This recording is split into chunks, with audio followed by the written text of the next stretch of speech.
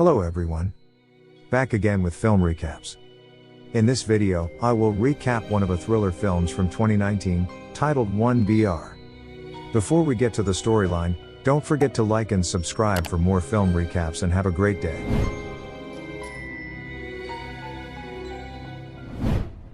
The film begins by showing a woman named Sarah, who has just moved to a city to start a new life.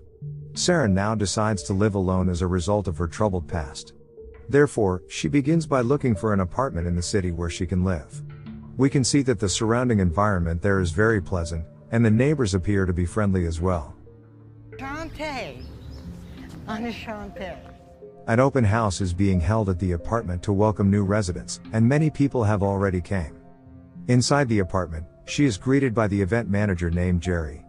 Jerry invites Sarah to check the condition of the house first in case she is interested. Following that, Sarah notices there is a strange marks on the apartment's wall. After taking a look around, Sarah returns to the conversation with the manager, and she says that she is now looking for a comfortable place to start a new life. Jerry then explains that this is a no pets, no smoking apartment complex, and Sarah confirms that she doesn't have any pets. In the evening, the scene moves to a motel where Sarah is temporarily staying. We can tell that Sarah has actually lied to the manager since she has a pet cat. Shortly after, she receives a phone call and it turns out to be her father who wants to know when she'll be home. She then responds that she will be staying, and can't go home because she is working as a temporary employee. We can see here that her relationship with her father is not very good. The next day, Sarah, who has just started to work in her office, meets her colleague named Lisa. Plus, she also gets a phone call informing her that she has been chosen to be a resident of the apartment she previously visited. Sarah then starts packing her belongings, and immediately moves into her new apartment. Moreover, she also decides to bring her cat there secretly by covering it with a cloth. She suddenly meets a good-looking man named Brian who lives next door to her apartment. Following that, Sarah is introduced to the other residents of the apartment. The old lady named Miss Stanhope takes her to meet a doctor named Esther. Everyone there looks friendly and very pleasant, including Jerry, who also stays there. However, there is also a man with glasses who looks weird and creepy named Lester. He approaches Sarah and offers her to read a book called The Power of Community. He says that the book would be very useful to her, but Sarah refuses because she doesn't think she needs the book, and also because the man appears to be creepy. Later that night, Sarah is having trouble sleeping because the medicine she used to take has run out, and the doctor has to order her medicine first. Sarah then forced herself to sleep, but instead she hears noises coming from nowhere. The noise also disturbs her, who is already having difficulty sleeping at that time. The following day, Sarah begins to continue the process of moving her belongings again. Brian then approaches her and helps her in moving the mattress to the front of her apartment. He offers to bring the mattress into her apartment, but Sarah refuses because she is afraid that her cat will be found. In almost every night, Sarah again gets disturbed by the noises. She doesn't notice anything unusual until one night, when she hears noises coming from within her apartment. As she tries to check it, she finds that her apartment door has not been properly closed. She then tries to sleep despite the strange sounds that keep interrupting her sleep. The following morning, Sarah begins to feel stressed due to lack of sleep. Plus, she suddenly gets a letter delivered under her apartment door. And it turns out that the letter is a warning letter addressed to her, because she has violated the rules by keeping a pet there. As a result, Sarah begins to be suspicious of how anyone could possibly know, and she goes outside to see who sent the letter. Instead, she looks at the people who are usually very friendly to her. It couldn't be them who sent the letter. But at the same corridor, she sees Lester is looking at her suspiciously. When Sarah calls out to him, Lester immediately runs away, and Brian has just come out of his room. Brian then informs her that he is going to have a dinner party tonight, and invites her to join him. He says that the other residents would also be coming, and Sarah says she will come along tonight. Scene then moves to Sarah's office, where she gets a lot of work tasks from her boss. Despite the fact that she didn't get enough sleep, she is forced to do a lot of work, and her boss tells her to clock out first because they can't pay overtime for this task. Her friend, Lisa, feels sorry for her and then tries to cheer her up. Thanks. Before going home, Lisa pays a visit to Sarah's apartment, and Sarah has just remembered that she had promised to attend Brian's party. Brian then comes out of his apartment and asks her to join the dinner party. But Sarah apologizes because she forgot that she had another plans, and maybe she will attend later. Inside the apartment, Sarah and Lisa are talking about the relationship between Sarah and her father, which isn't going well at the moment. We find out that her father used to have an affair with his mother. Plus, she's also tired from all of the noise interruptions while she's sleeping, as well as from the letter she got previously. Lisa then encourages Sarah to no longer be concerned with what other people think of her. Later that night, Sarah is startled awake by the sound of a noise, and the smell of smoke in her room. As soon as she checks it, she again finds threatening letter about her pet on the oven. At this point, a terrible moment begins to occur, and it turns out that the smoke smell came from her cat, which has been roasted to death. Sarah can't believe what she has seen, and she is startled again when someone suddenly grabs her from behind. The mysterious man immediately ties her to the chair.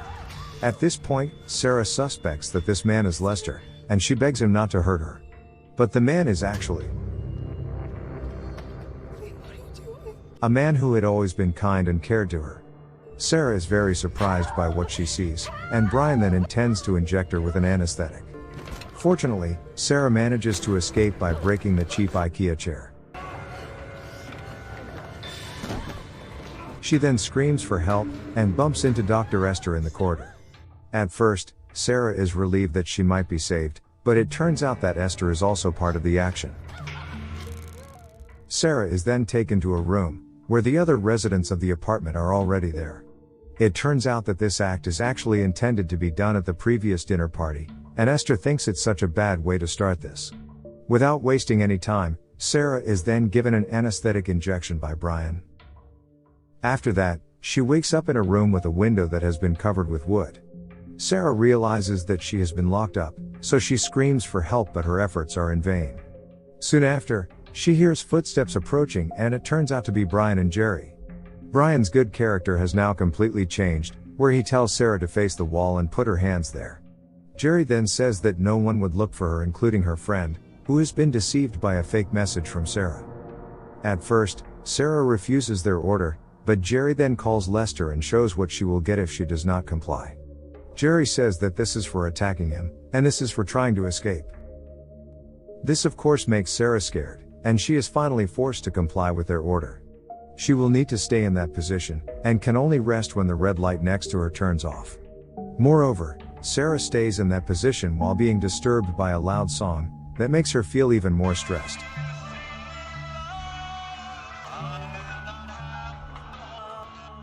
As the time passed, Sarah, who can no longer stand it, finally falls even though the red light is still on. Her action is captured on CCTV, which prompts Jerry and Brian to return to her.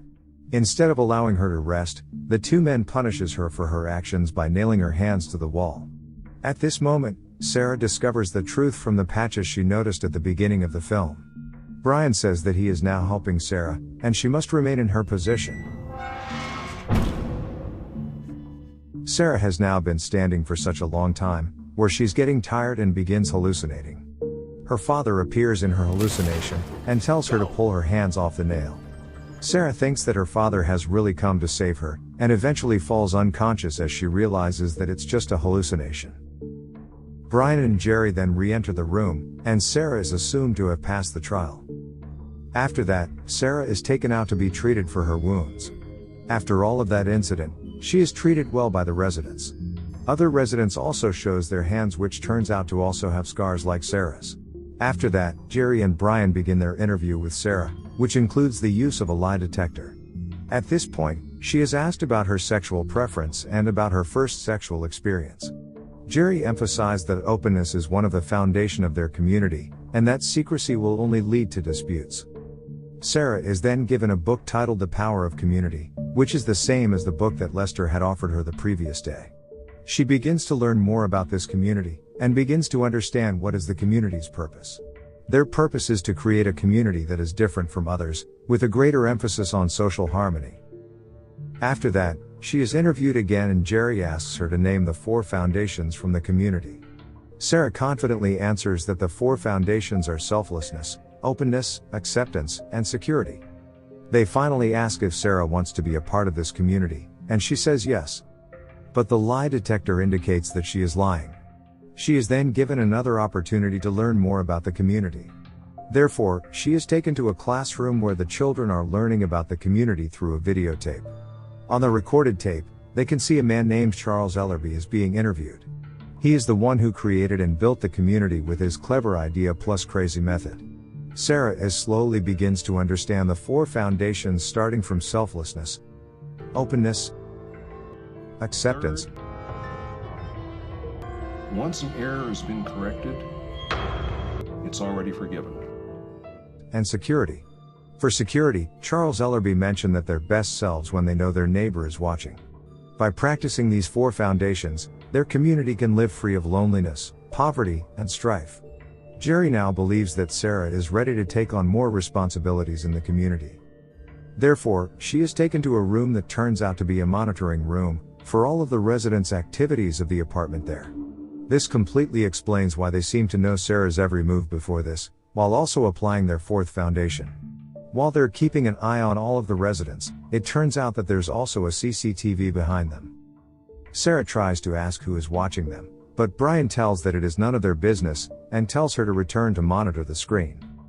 In the monitor screen, she sees Miss Stanhope is having shortness of breath and falls over. Sarah immediately gives a signal to Brian to help the old lady.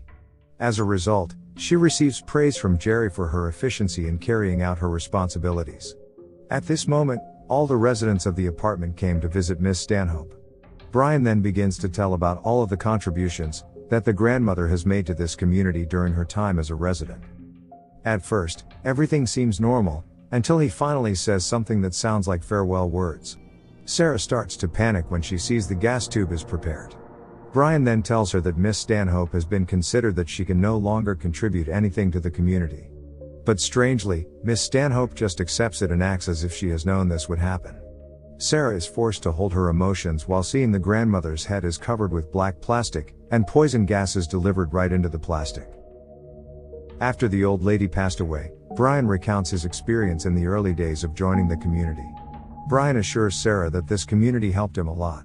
After that horrific incident, Sarah finally accepts to be a part of that community. She is then led into the courtyard, and it turns out that the other residents are already there to celebrate her into their community. She doesn't expect that she would be marked behind her ear using a hot iron. After that, Brian points out that everyone there has the same sign. During their celebration, Sarah is surprised again when she finds out that she has been betrothed to Lester the creepy man. This is because Lester is a lonely man who has been abandoned by his wife for a long time after she died of cancer. As a result, Sarah has no other choice but to compliment one another in that community. The two of them are eventually get married, and she is forced to kiss the man. Just like a new married couple, Lester takes Sarah to his apartment right away. Following that, she is told that her old apartment is no longer hers, and it is for a new candidate. Lester immediately takes her to the bed, which of course causes Sarah to feel hesitant. Fortunately, Jerry suddenly came and says that they are in trouble. It turns out that the problem is that they see Sarah's father on CCTV came to meet her. Jerry then tells her that she has to make sure her father won't come again or he would be killed. After that, they renovate an unoccupied apartment to look like Sarah's house. Sarah finally has the opportunity to see her father after a long time. But she is forced to curse her father with harsh words that are very painful for her father to hear, out of fear that her father will be killed. As a result of her words, her father is upset, and he promises that he will not visit her again. After that incident, Sarah is brought back to bed by Lester. But it turns out that Lester wants to show her the sewing machine her mother had previously given her. He then shares that he had thought about escape out of the place or committing suicide, in order to get out of the situation. However, they are forced to accept that this is their life now. As the day passed, Sarah becomes more accustomed with the community. Until one day, the cult is looking for new residents again to fill the unoccupied apartment. At this point, Sarah is shocked and worried as she sees Lisa has also came to try to apply for the vacant apartment. Long story short, Lisa is very excited that she has been chosen to stay there. At this point, they begin their action again. Sarah finally knows that the disturbance she experienced every night is just a fake noise, to make her stressed and uncomfortable. Moreover, they make every effort to separate Lisa from her previous empty and selfishness life. However, Sarah reminds that Lisa is a strong person who will definitely fight back. And Sarah's word is right, Just as they are about to grab Lisa, she fights back by biting Brian's ear. Therefore, Sarah is then sent in to calm her friend down, but she fails to do so. Oh, wait, no, Lisa, wait. Since Lisa continues to fight, she will be punished by having her ear hole stabbed with a screwdriver. At this very moment, Sarah is ordered by Jerry to hold the screwdriver.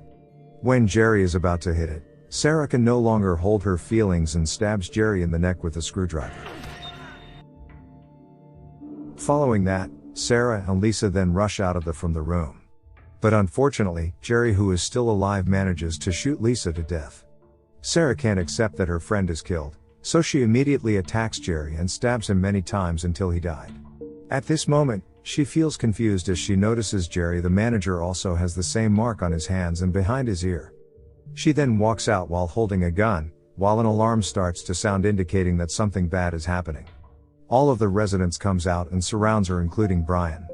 Brian tries to persuade Sarah with his lies, and she shoots him right away. Sarah then runs towards the entrance door, but just as she almost manages to get out, she is caught and the gun is seized by Lester. Surprisingly, Lester shoots the man who is holding Sarah, and tells her to run away immediately. Meanwhile, Lester restrains the residents who are attempting to chase Sarah before taking his own life with a gunshot.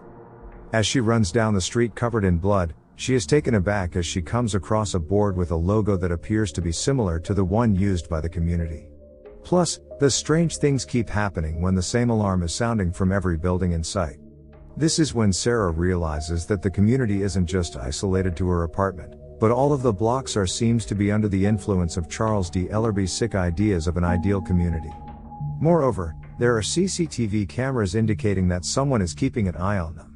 In the end, she gives out a frantic laugh, and clenches her fist as she realizes that she isn't the same person anymore, and she continues to run out of there.